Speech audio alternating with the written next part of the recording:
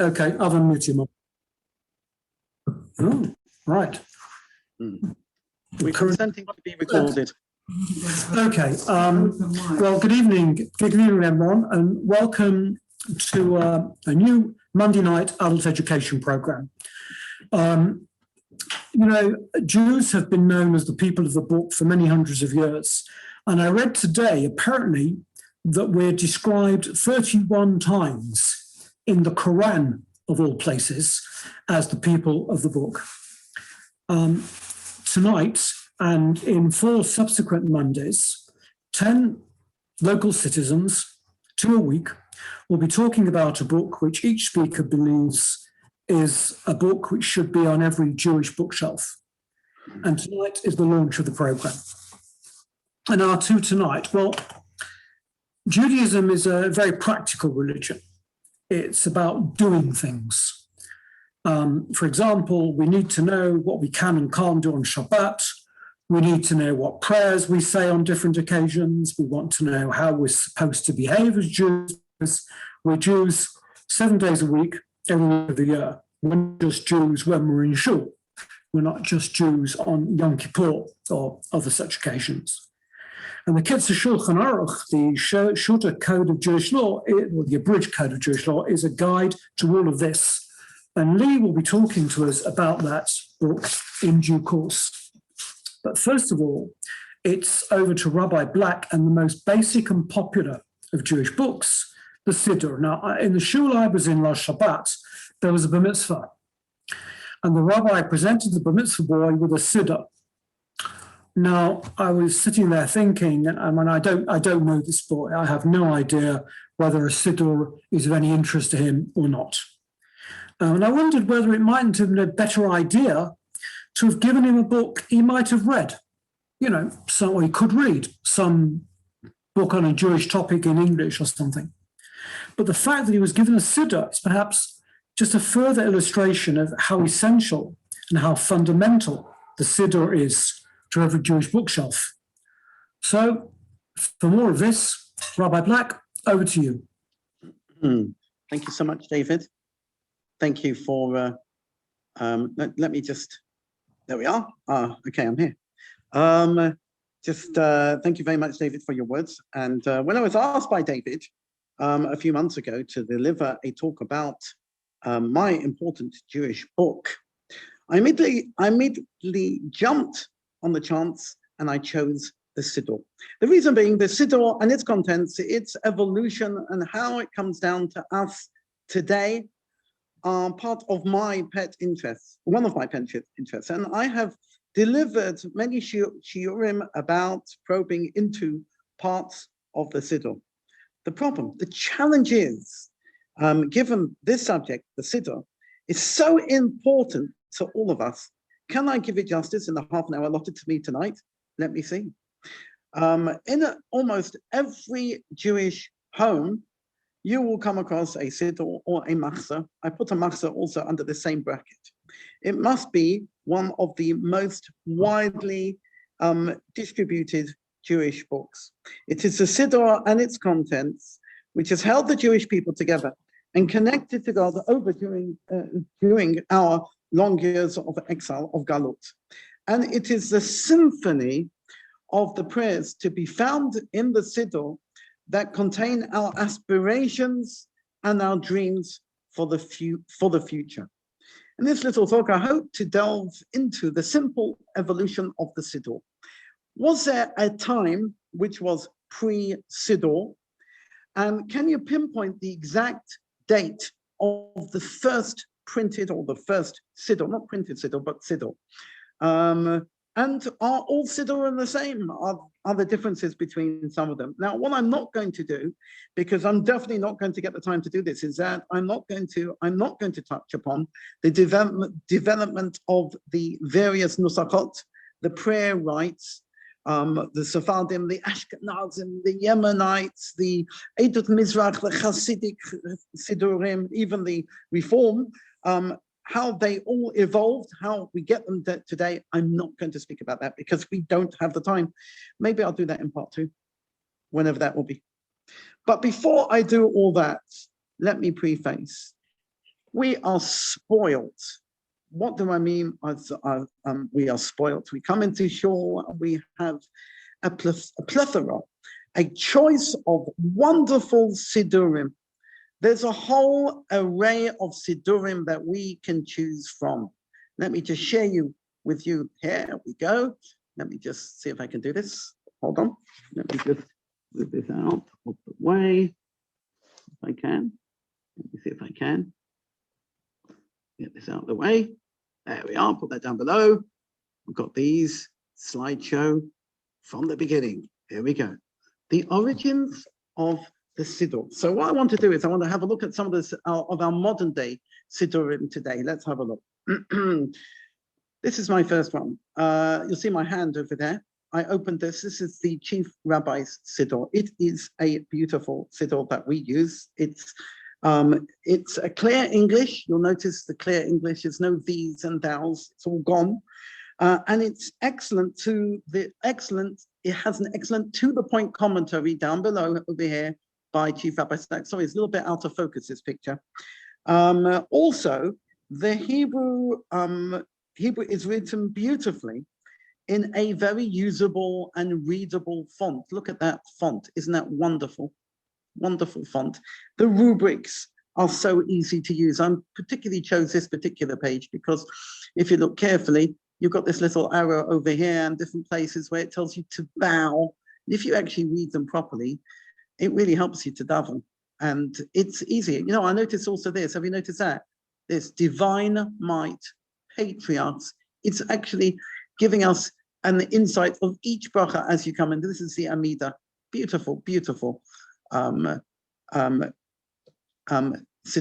And here we go. This is the beginning of it. I just wanted to show you this because it says in English, and this has been saying this for the past however many years, the Authorized Daily Prayer Book of the United Hebrew Congregations of the Commonwealth, original translation by the Reverend Simeon Singer, 4th edition. Okay, with new translation commentary by Chief Rabbi Sir Jonathan Sachs. But if you look on the Hebrew side, there's something which is not translated. I just thought this is quite interesting.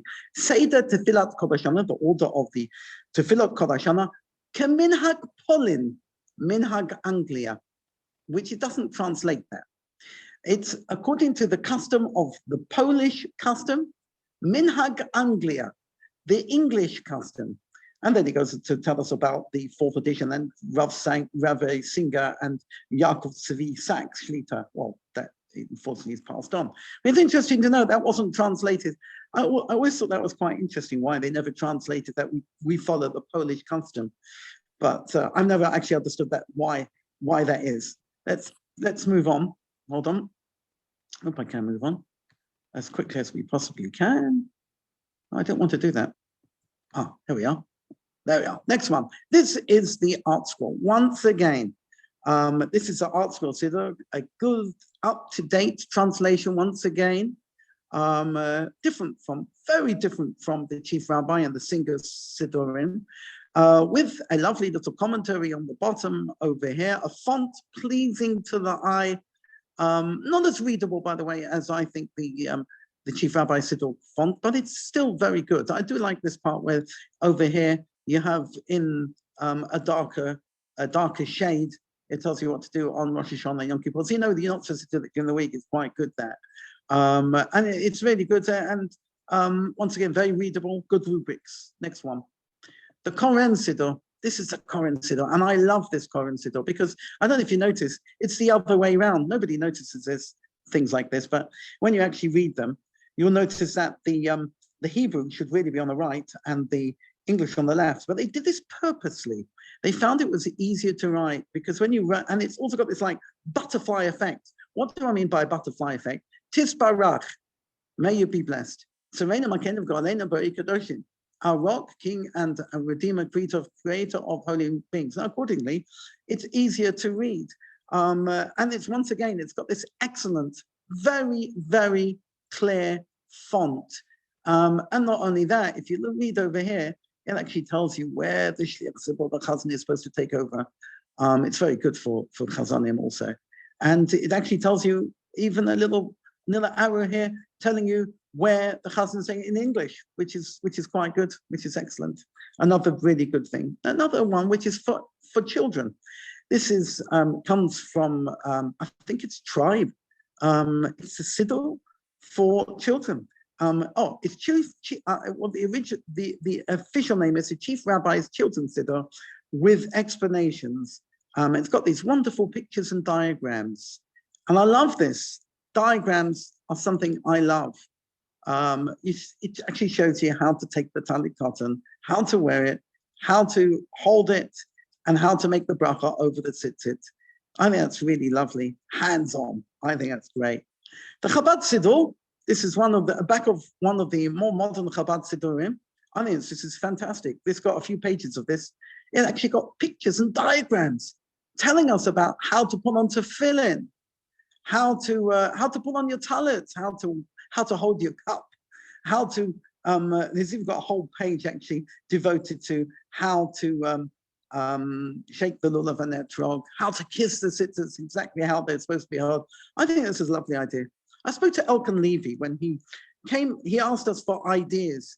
He said, "Give us some ideas, please, of how, what we should be doing for the new Chief Rabbi Sidor." So I actually put my hand up at this particular session at one of the conferences, and I said to Elkan, "Maybe it's a good idea to put some nice diagrams in it. People like pictures." And I don't know. I think it fell on. I don't think he really was interested in that particular idea. This next one is the Art Scroll linear one. Isn't that beautiful? Look at this. The great marvelous thing about this is that actually you are able to follow the tefillot in the Hebrew and the English simultaneously.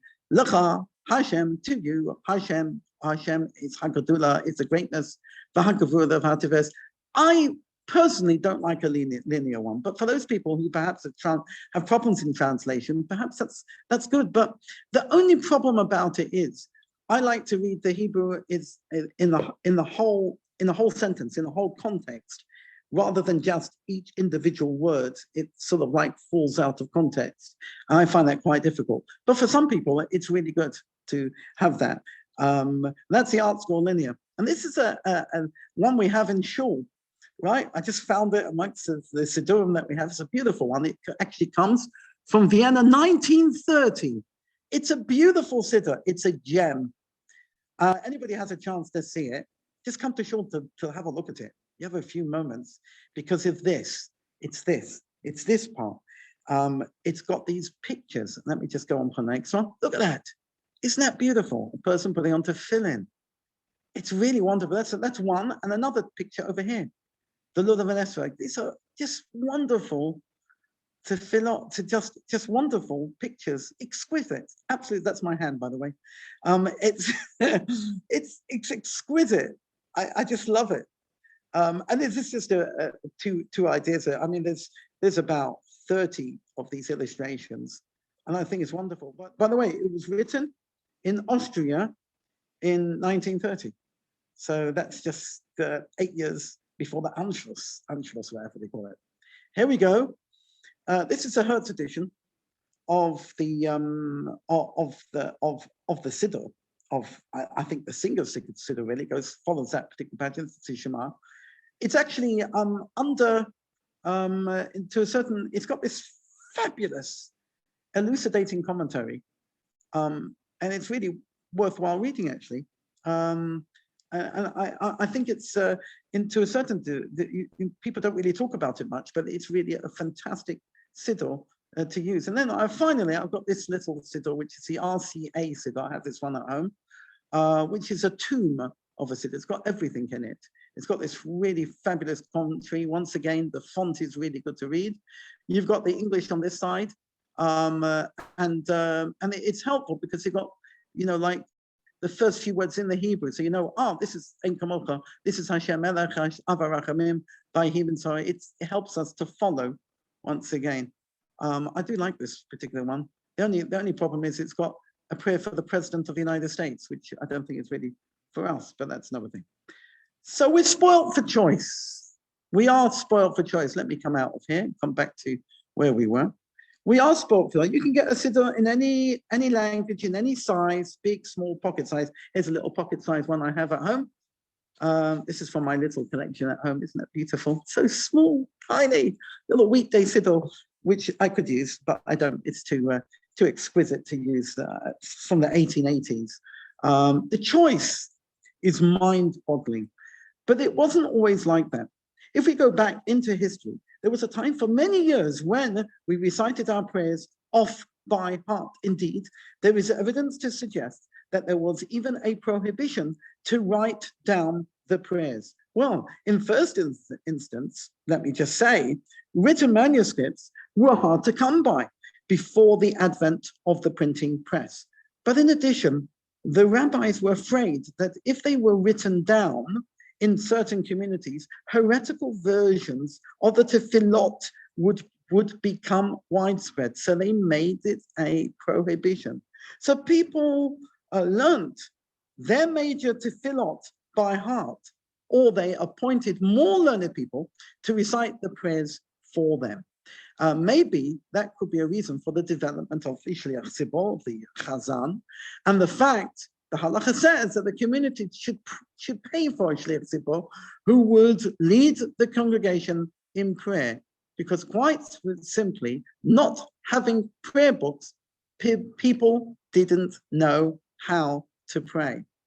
If you go back even 2,000 years ago, Jews were reciting the Shema every day, preceded by the two brachot of the Shema, and they were reciting also a Shemona Esrei and Amida from the time of the unshaken Esres Hagdolah, from the men of the Great Assembly, as early as the 2nd century BCE. We know this from the Mishnah in Brachot. Just have a look over there, and it tells you. It also tells us from the Mishnah in Pirkei Avot about when exactly that time was. At the same time came the text of our brachot, of our blessings, our kedusha and havdalah, all coming from that same period of time, from about 200 BCE onwards, right through the Mishnaic period, and developing over that time. So by the end of the close of the Talmud, which is circa 6th century, it was quite clear what were the central elements of our prayers. How many times we pray a day, what constituted the prayers, even the days on which the Torah was read, all were to be found in the Talmud. There was a small, also 8th century later tractate called the Masechet Sofrim, which details the laws of Kriyat Torah, of the reading of the Torah, Hagbah, Gelilah, the calling up, the correct procedure for writing a Sefer Torah. It's all to be found in this Masechet Sofrim. So you could say that the Masechet Sofrim was a precursor to the first Siddur.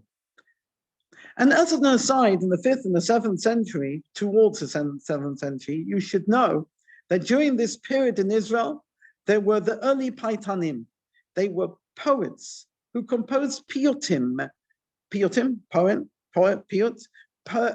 liturgical poems that will be incorporated in some of our Chagim, our festivals, Rosh Hashanah and Yom Kippur, and some of the tefillot at that particular time. We still use some of them by such poets as Yanai, Yossi ben Yossi, and Eliezer Hakaleh. And that's from the 5th to the 7th century. I could write a book about that part, but I'm not going to. The center of Jewish life during the 8th to the 10th centuries was in the Babylonian Talmudic academies. The first Sidor that we actually know about was collated by Rabbi Amram Gaon ben Sheshna, who died around 875 CE. That is the first known Sidor. It was during the Gaonic period in Babylon, which took place from the 6th to the 10th century. It was over 250 years after the close of the Talmud. Jewish communities were starting to pop up in other areas of the world. The Gaonim were the undisputed leaders of the world Jewish community. They would be the predominant force in Jewish life until their winding down in the 10th century. Rabbi Amram actually wrote his Siddur or his Seder Rab Amram Gaon. So the word Sidor didn't come in at that time. It was called the Seder, as in Seder night, in a response posed by the new Spanish community directed to Rab Amram, to Rab Amram's predecessor, Rab Natronai Gaon. And this was their question that they asked. They said there was a Talmudic dictum that a person should endeavor to recite 100 blessings every single day. How asked this Spanish community, what's this supposed to be done? So Rab Amram quotes Rab Natronai, who tells us exactly the brachos that can be recited to compose 100 blessings. But then Rab Amram Gaon takes it further, and he starts taking us through the pages, the prayers, with a running commentary. Some of it taken straight out of the Talmud. So that first Siddur was a commentary on the Siddur itself. Wasn't called Siddur, was called Seder Rab Amram. He introduces us to ideas like Pasukei to Zimra, the verses of praise, bracketed by two new prayers, two new brachot, Baruch She'amar at the beginning and Yishtabach at the end. This is the first time that we come across the text of these brachot. He recites the daily weekday, the daily weekday recital of Psalm number 100, Mishna Torah, and Yehi Chavod, and gives the exact text. And then Ashrei, it talks about the actual importance of reciting that beautiful psalm 3 times a day. He tells us about the importance of concluding the rest of the psalms on a daily basis as we do today. But notice he doesn't mention there Shirat Hayam, the Song of the Sea. And the reason is because, remember, this is 875. Shirat Hayam, the Song of the Sea, was only incorporated into the tefillot by a famous rabbi called the Abarbanel in the 15th century. Rab Amram has the first full text of the Kaddish, although it was already mentioned in Masechet Sofrim a century earlier. He mentions about Baruch Hu. He mentions about Birchot Kriyat Shema, the blessings of Kriyat Shema. He mentions about the Kriyat Shema, the importance of reciting every day. And then he delves into a deep analysis and commentary on the Amida, the Shmoneh Esrei. He also mentions afterwards Avinu Malkeinu to be said on fast days and Tachanun. However, Aleinu is not there. Once again, that comes in 15th century, much later, as part of the end of our prayers. His tefillahs also do not mention Kabbalat Shabbat, the Kabbalat Shabbat service, and it does not have Lecha Dodi, and there's a good reason for that. It comes in the 16th century. So there are different things that come in at later times. There was lots of scholarly discussion as whether or not he actually wrote this or he collated it from earlier Gaonim. I think personally it is the latter. He collated it. Indeed, he quotes from Rabbi Yehudai Gaon from 757, Reb Tsar Shalom 800, Reb Tzadok Gaon, Reb Moshe Gaon, Reb Natrai, all Gaonim preceding him. Only manuscripts of his Siddur are no longer extant. The earliest one coming from the 14th and 15th century. I'm going to just share that with you. Hopefully it's still there. Yes, it is. Here we are. Share. There we are. This is the one that we have from the Brit Muz, the British Museum. There we are. And you can see actually some of the brachot. Baruch atah Hashem, and the Kenya Melech Haolam Hashem Kiddushanu b'mitzvotav v'tzivanu ana tidat yadayim. This is coming from the 14th century, but this is a copy of an original, of an original manuscript all the way going back to Rab Amram Gaon. But it's really very much a bracha that we would see today. Notice he mentions over here Natna Ani Bahilai, that was his predecessor, and he talks about the Sheikh Sibel starting from that particular bracha, and he also actually mentions over here which is to be found in our Siddur today. But his works are mentioned by Rashi and Tosfos and many of the medieval rabbis. There has also been an additions to his Siddur. So Rabbi Sajagon, who lived in the next generation after his death is quoted in Reb Amram's Siddur, which is difficult because he came afterwards, so how could he be quoted? The answer is that there were people who added on in manuscript form about Reb Sadia, and they quoted for him. The earliest printed copy of the Seder of Rab Amram Gaon is 1865. I have a copy of Rab Ariel Frumkin's Seder Rab Amram Gaon, written at the turn of last century. I mention that particularly because Ariel Frumkin was the great-grandfather of Rabbi Sachs, and he mentions it. It's interesting that Rabbi Frumkin adds in there modern-day prayers, making it very difficult for the layperson to know which prayers came at an early stage and which didn't. So that makes it very difficult, but he does include the commentary of Rabbi Amram Gaon. So it does make it very difficult. I must also mention today, let me just show you this next one. Hold on, let me just see if I can do this. Here we are. Do I have, no, let me go back. Can I go back? No, I can't. It's stopped. Let me do that again. See if I can go back. Here we are. Here we are. This is one of my editions of the Seder of Rab Amram Gaon. And that's how it would be introduced. And you would see and you would read it. It'd be quite difficult to read. I have this myself at home. This is my own little edition that I have. I just thought I'll share that with you. I want to also mention today the Caro Geniza. Remember, the Geniza was a repository where Shemot were put and had accumulated in the attic of the Ben Ezra synagogue in Fostat, Cairo, going back over 1,000 years. Indeed, they have found liturgical parts of the prayers going back to the 8th and the 7th century, including fragments of early Siddurim. But I need to next mention the next major player in this whole story of our prayers, and that is the Rambam, and that's Maimonides. You see it on the screen. He's had his Seder Tefillot Kol Hashana, his order of Tefillot of all the year time, and here you see his Kaddish. Just want to quote his Kaddish: His Kadal, his Kadash Shnei Rabbah, V'Amar Tivrach Yotei, V'Yamlich Malchutei, which we would say today, and then it says V'Yatzmach Kukanei, V'Karev Meshichei. So he must have been a Lubavitcher. That was a joke, right?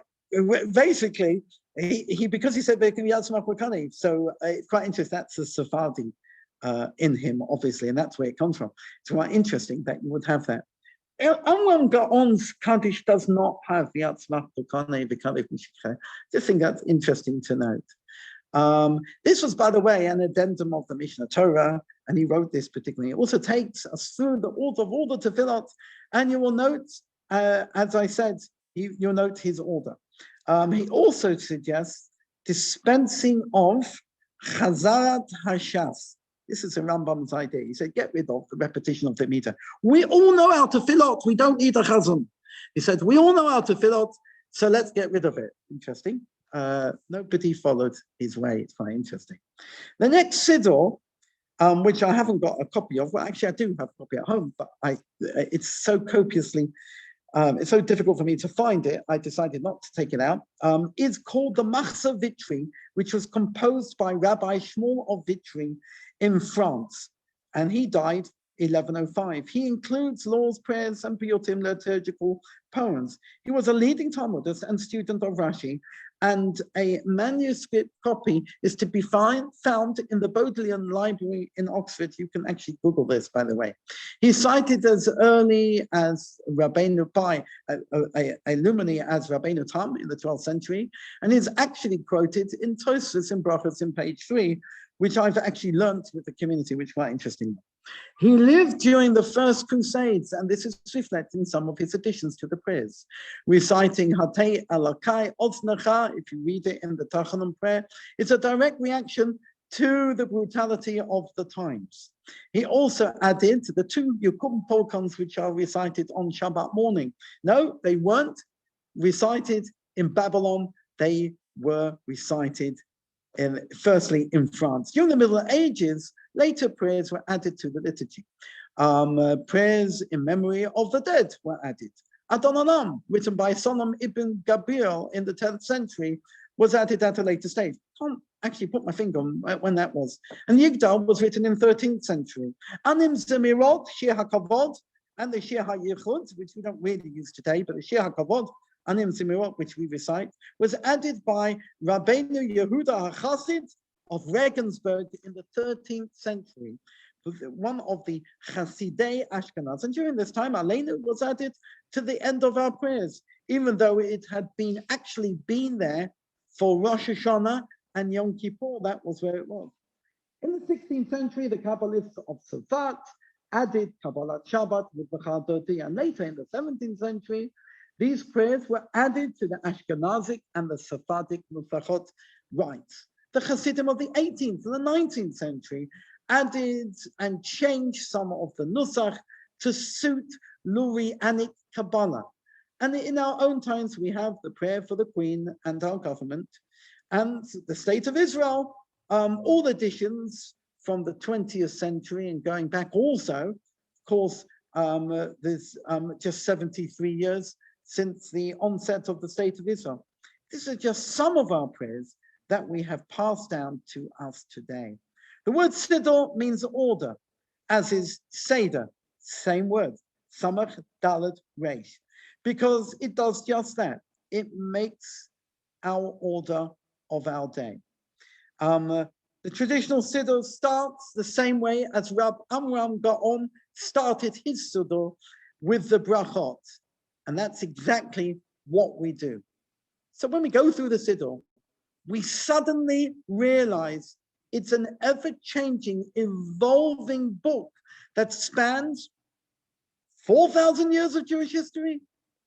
Thinking of the Shema 3,000 years ago, the Kriyat Torah, you've got Tehillim, you've got the Psalms 2,800 years ago, you've got the Amida 2,200 years ago, the Brachot, the Kriyat Shema of Bircha Kriyat Shema 2,200 years ago, you've got Avinu Malkeinu, you've got the Brachot of Dalet Kedushot, Avinu Malkeinu from 1,800 years ago, Tefillat Harav 1,600 years ago, Kaddish 1,400 years ago, Adon Olam, Yakum Pokom 1,000 years ago, Yigdal, Kalman Erachamim 700 to 800 years ago, Anim Zemirot, Shir HaYachid, Ayichud 700 to 800 years ago, Kabbalat Shabbat Lachadodi 400 years ago, and Tefillat Shalom Medina 73 years ago.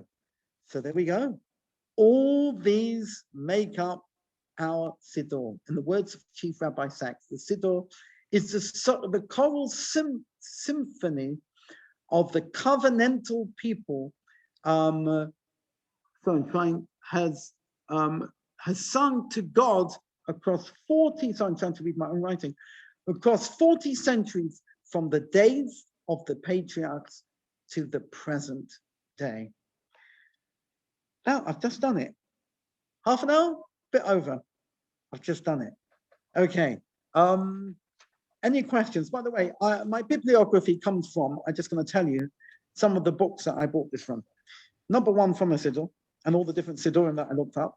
There's a Jewish liturgy by Isma Elbogen, which I have at home, a comprehensive history. Horizons of Jewish Prayer by Rabbi Dr. Jeffrey Cohen, fantastic book. Seder Rabbi Amram Gaon, the Machzavitri, these are books that I have at home.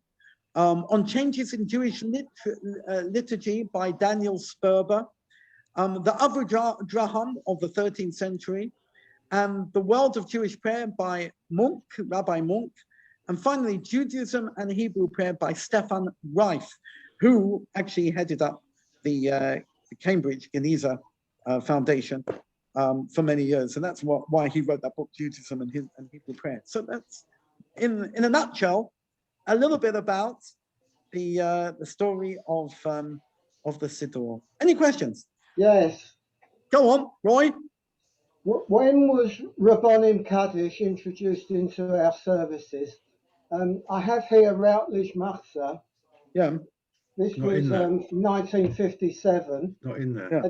There's no Rabbonim Kaddish in there. Right. How was it introduced into the service? I would say thousands of years ago, maybe at least 1,000 years ago. The reason why I say that, even though I haven't actually gone into the Makor of Rabbanon Kaddish, but it's in the vernacular at the time, which was Aramaic, so it was probably at least 1,000 years ago. That's number one.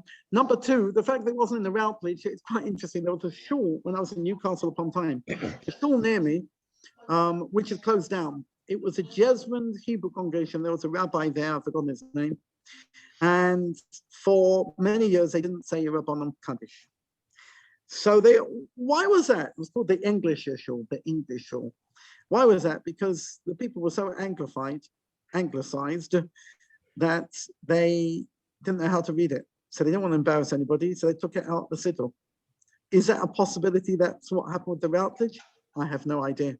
Quite interesting that it doesn't mention it. It's not only the Routledge, it wouldn't have been in the Singer's Prayer Book. And I've been saying Kaddish since 1958.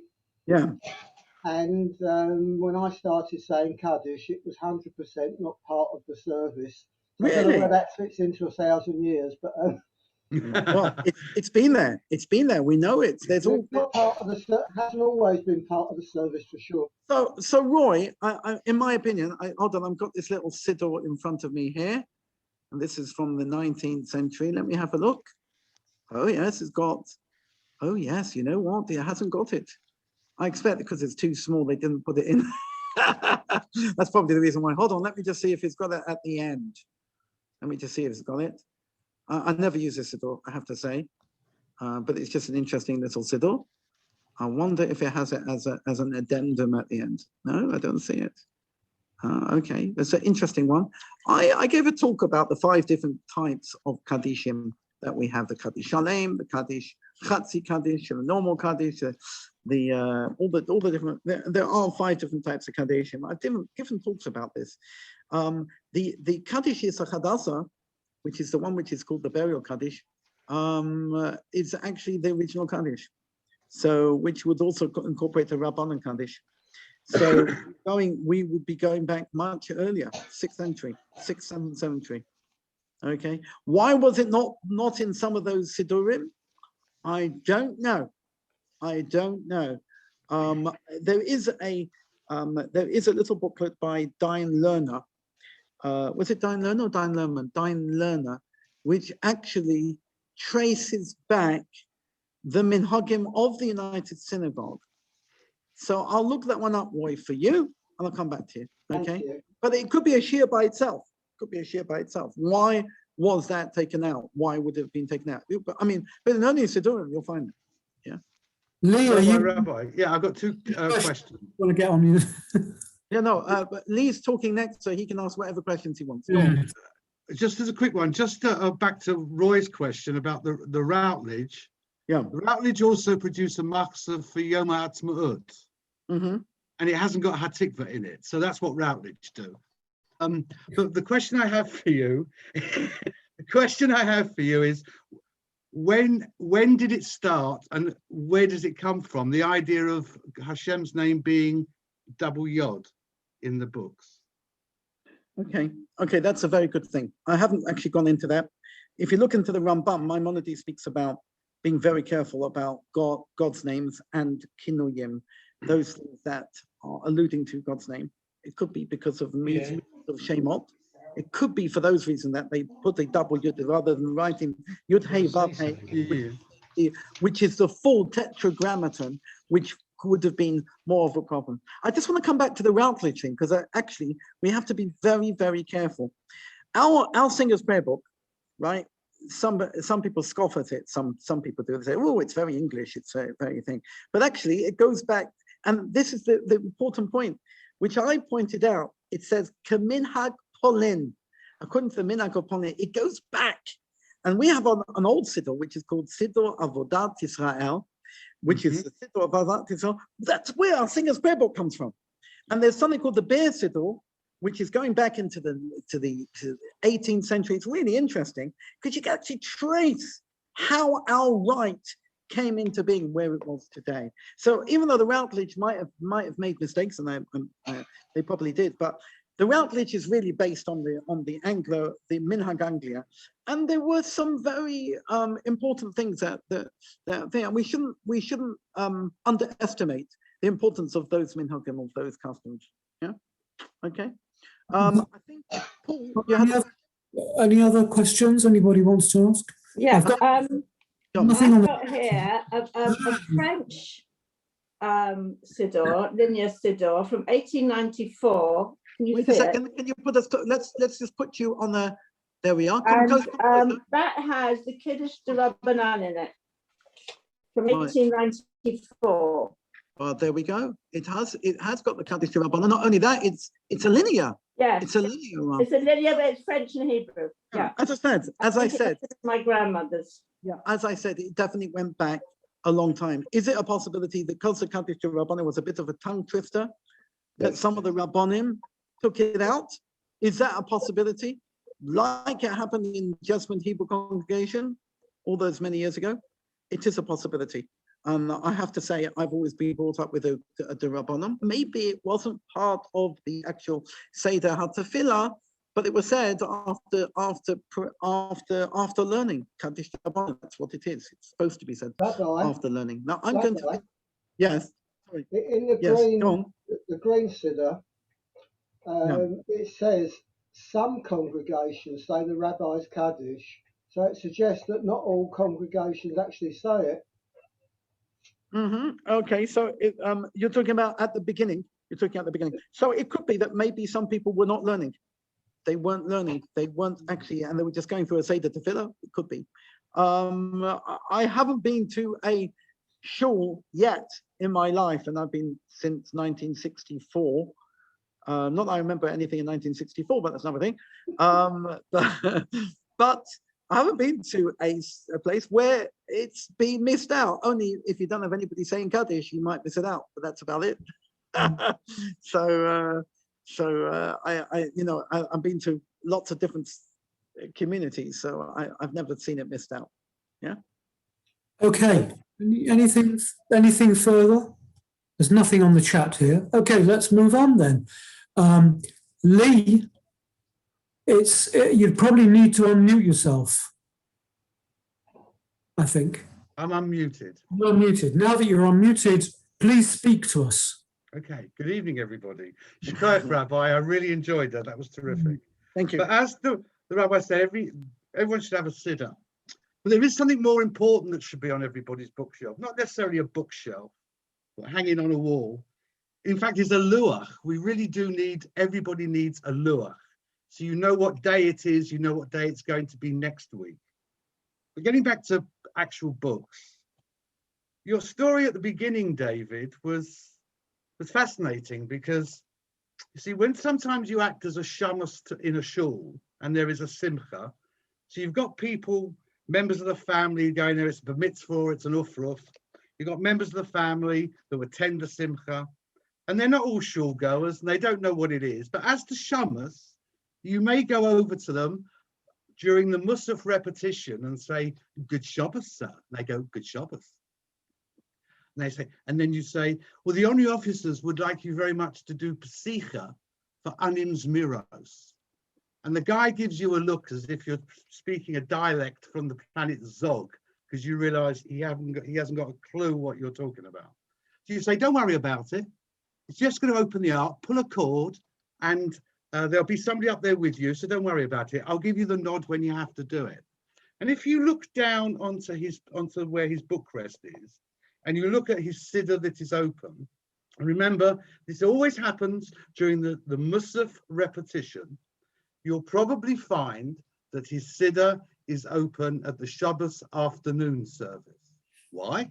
Well, we've done the morning service, so obviously we must be doing the afternoon service now.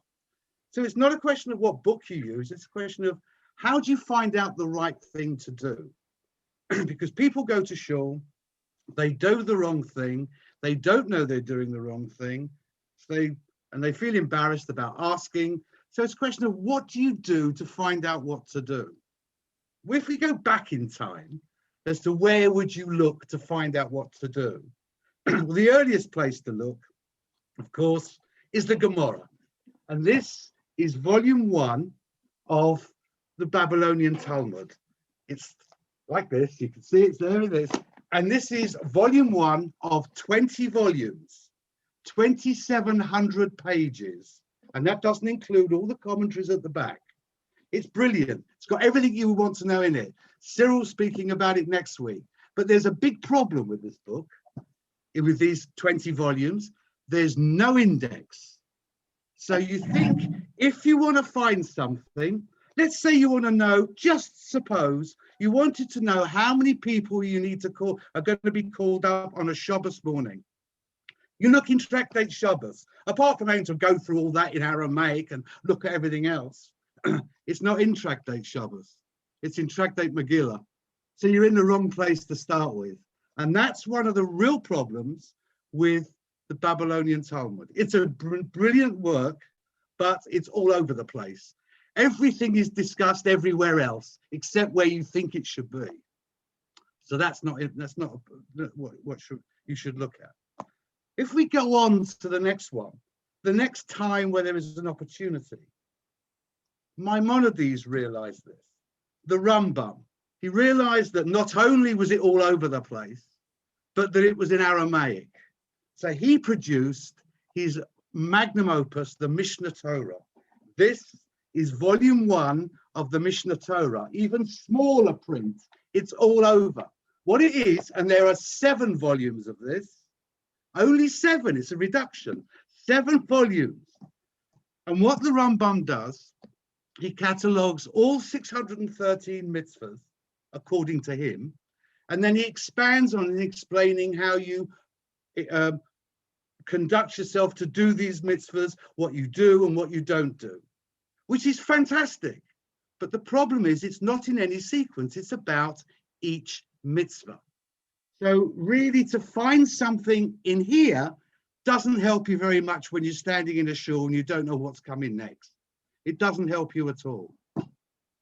So we have to go on a little bit, and more years go past. And there is something called the Arba'a Turim, the 4 rows, which is a rabbi, I've got to look at his name because I can't remember it, Rabbi Yaakov ben Asher, who wrote this work, which actually was getting all the halacha, the things that we do, in sequence. But he did this in about the year 1270 or so. But it doesn't really, I don't know whether it was not popular or there was no printing. So I'm not sure as to why it didn't seem to expand more. But anyway, we'll move on. Rabbi Black's looking, I'm not saying it's not proper, but it doesn't seem to have the same ring to it as what happens next. Because in the 1500s, we have Rabbi Yosef Caro. Now, Rabbi Yosef Caro, who lived in all sorts of places, but ended up living in the Mediterranean area in the Ottoman Empire, and he decides to write a book of halacha, to get everything in sequence, from the moment you wake up in the morning to the moment you go to bed at night. That's the stuff, and everything in sequence. In fact, it starts with the phrase, one should wake up in the morning with the strength of a lion to serve one's creator. Got a spot on the screen. And he writes this. This is volume 1 of the Shulchan Aruch. It's a big book. And there are 10 volumes of this. And it starts with getting up in the morning and goes on to washing yourself, getting dressed, putting on tzitzis, going to shul, putting on your talis, and the order of prayers. It's all there. And then it goes on and expands on it for special things like Shabbos and Yontif and business and finance and marital things. It's all there. It's fantastic. But the interesting point is the commentary around the outside. The commentaries are added later. They are about a change of custom. Because of a change of geography, because of a change of climate, because of a change of political backdrop. It's all there. And so if you wanted to find it, you could go to the right section and find it. But then you've got to find everybody else's opinion as customs change, as times move on. So now we move forward yet again, and you still haven't found anything that really helps and is really going to do the business. So let's move to 1804, good year, the year before the Battle of Trafalgar.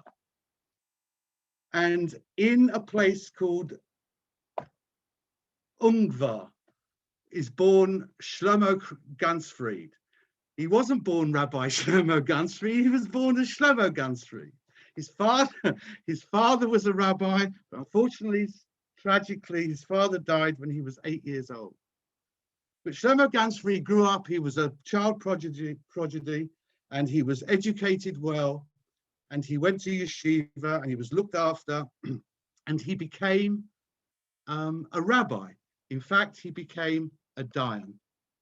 Having got married, he worked for a while in the wine business, but he left that and he became a dayan.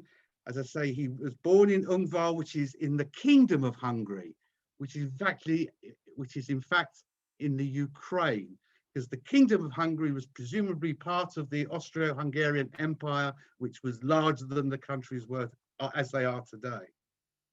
But in all the work that he did and all the studies that he had, he realized that the problem that the ordinary Jew on the street had was how to know what to do in a concise and easy way. Because it takes time to find things in the commentaries. It takes time to wade your way through text. So he produced what was not just a précis of the Shulchan Aruch, but he included into it the rulings and shilas and answers of Rabbonim in that area, which is really around the area where he lived, because that's where he lived. And what he came up with was the Kitzur Shulchan Aruch, which was first published in 1864. This is the Kitzur Shulchan Aruch, complete, one volume. I know the Hebrew is small, it's very small, but the Hebrew, it's one volume in Hebrew. When he wrote it, he said he did not want there to be a commentary. He did not want people to comment on it because he didn't want people to have to look in other places to find other opinions. This was the perfect thing. And this is the book that, well, nearly the book that should be on every bookshelf, because this is all in Hebrew. It's a lovely, easy Hebrew, and it's terrific. And the advantage is it's a pocket edition. It's like a practical Judaism for dummies. It's all here. It's all in this book. One little book. It's fantastic. You can get other editions.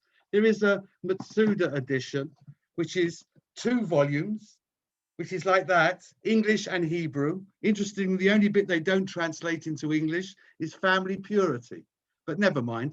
And the other bit, oh, of course, you can buy the Art Scroll version edition, which is probably 300 volumes because they do things like that. But this is the one. If you think it's out of date, it's not, and I can prove it. You see, last June or July, Rabbi Black gave a shiur on Zoom about Zoom services and whether they should or shouldn't be part of a minyan. And in that, he said, well, the rule is quite clear. You have to be in the same room as the Shliach Tzibur. You have to be in one room. It's in the Shulchan Aruch, and it is. But then he said, I'll show you, not just telling you, I'll show you where it is in the book. And he put the book on the screen, didn't you, Rabbi? Or don't you remember? You put the book on. I don't remember giving too many shiurim. You put the book on the screen and you showed us the text. The point was, what you put on the screen wasn't the Shulchan Aruch. What you put on the screen was chapter 15, sentence number 4 from the Kitzur Shulchan Aruch. That was what you put on the screen. It was from the Kitzur. It says, Sarichin, it is necessary, Shehu Kol Asor B'Makom, that all 10 be in one place, Echad in one place, the Shliach Tzibur and the person conducting the service in Mohem with them. That's what you showed us. You didn't show us from the Shulchan Aruch, you showed us from here. So this is the book, it's up to date. It's the ruling which stops a Zoom service from being part of a minyan, and that's what we have today. But I don't expect everybody to be able to read this and translate it. Even the one with, so you have to hunt around for a better book, and there is, and it's called The Code of Jewish Law.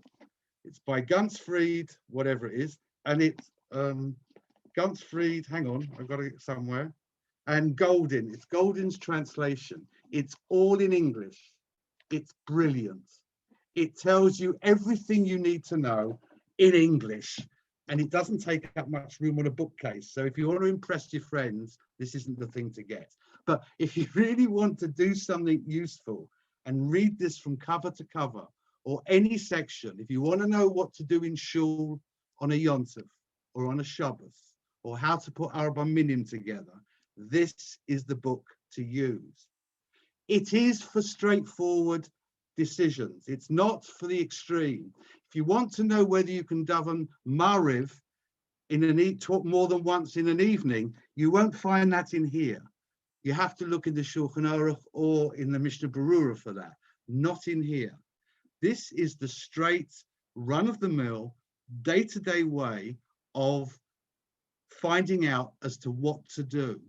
This would be a better book to give to a bar mitzvah boy who doesn't know very much than a Siddur, because this will give him the idea that when he walks into a shul, he won't feel out of place because he knows it's Shacharis, reading of the law, and then Musaf, not the afternoon service. And that is why this book is so important.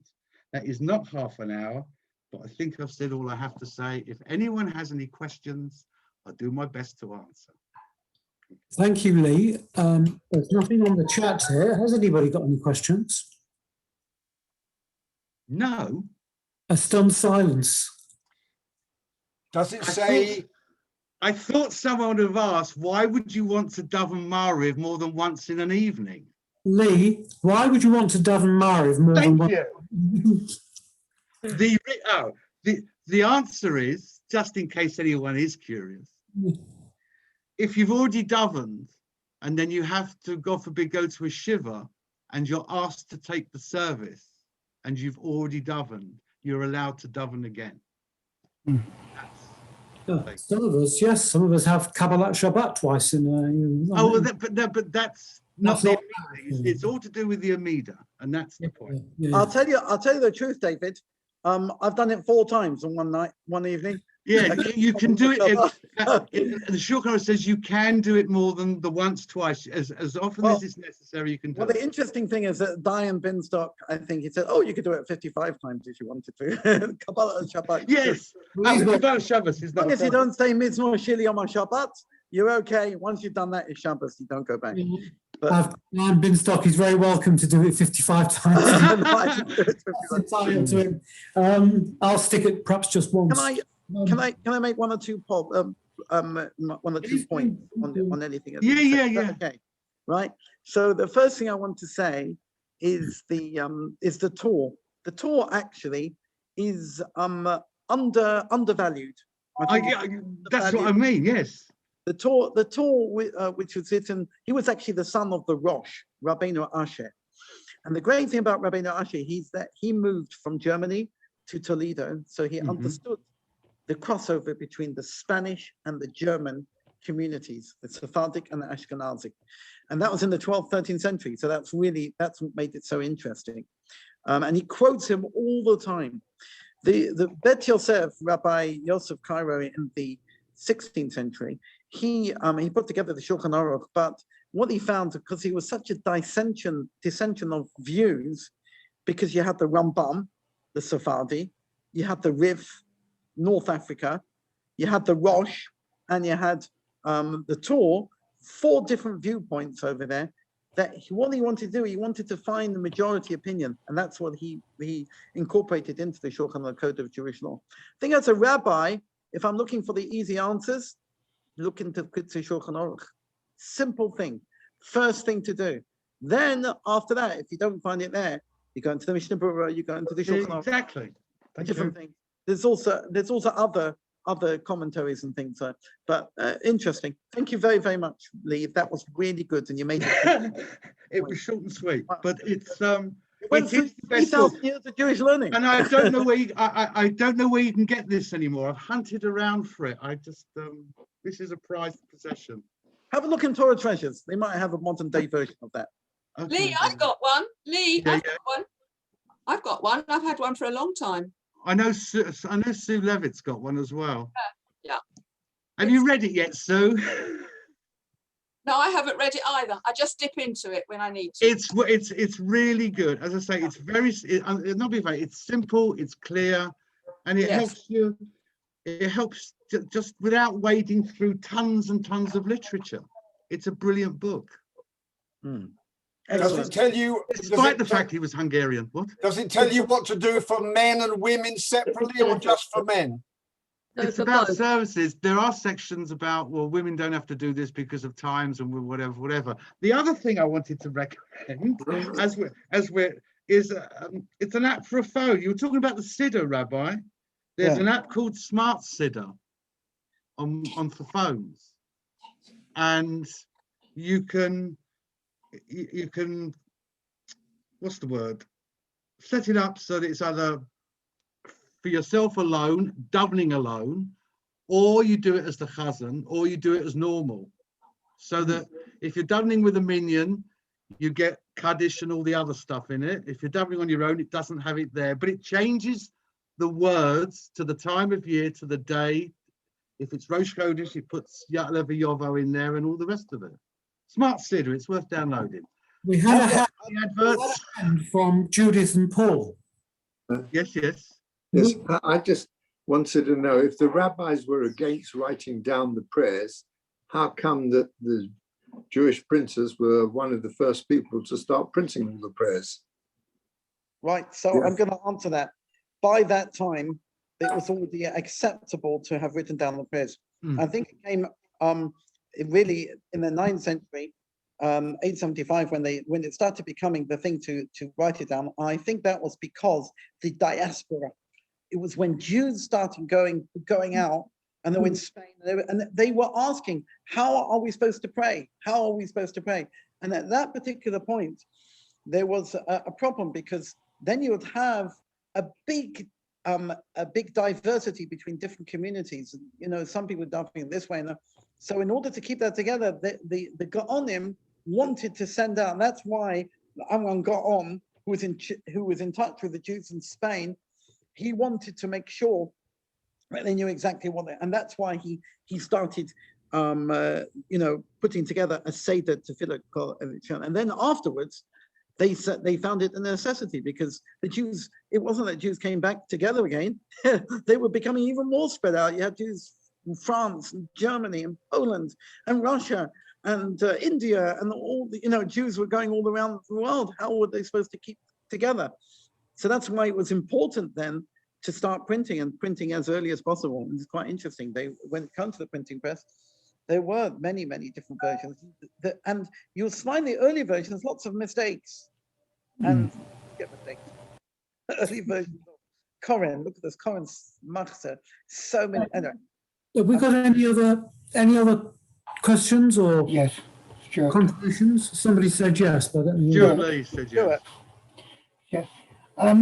It was interesting, Lee mentioned about problems of being shamas. Well, with all the numbers of variants of Siddurim and Machzorim, I'm certain Lee found it as well when he was shamas as well in Wembley. When, especially on Yomim Noraim, you're given a book, where are we? But you have to be a mind reader, an interpreter, and understand, also be able to listen to the the keynotes of where the chazan is. You've got to be able to understand each book as it comes in. But the printing of and again, you get some of the machzorim where you can't barely read the words because the print is so small.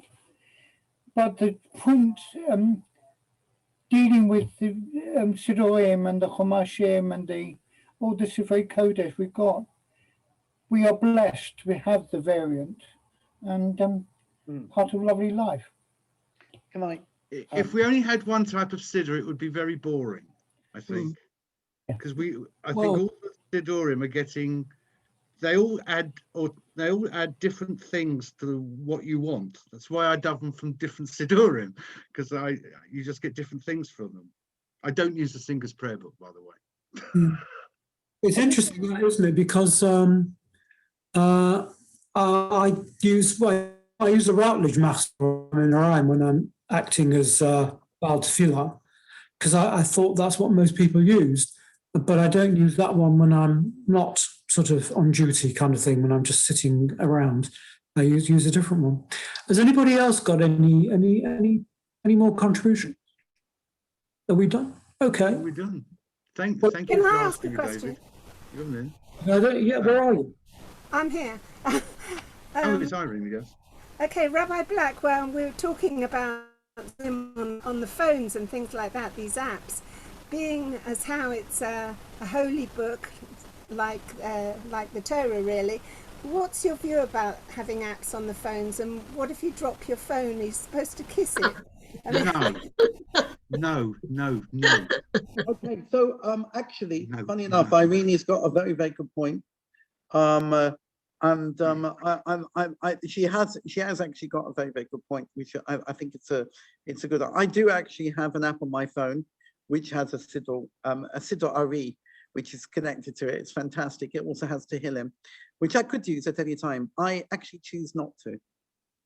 And there's a reason for that. Number one, because there's something in the written words. The computer or the phone doesn't have the computer. It doesn't have the written word. It's just a lot of dots stuck together, right? As opposed to something which is printed.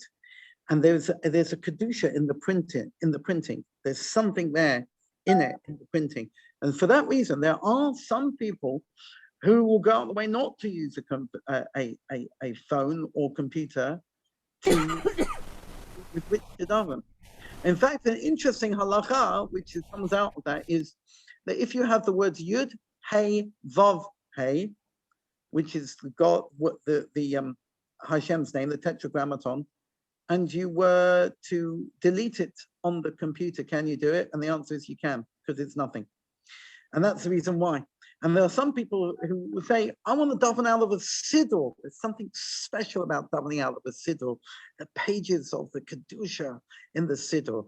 So for that reason, I personally don't use one of these apps. I know it's really fun, but I just don't use it on thing. I think anyway, also, when I'm davening, it's a time to get away from my phone.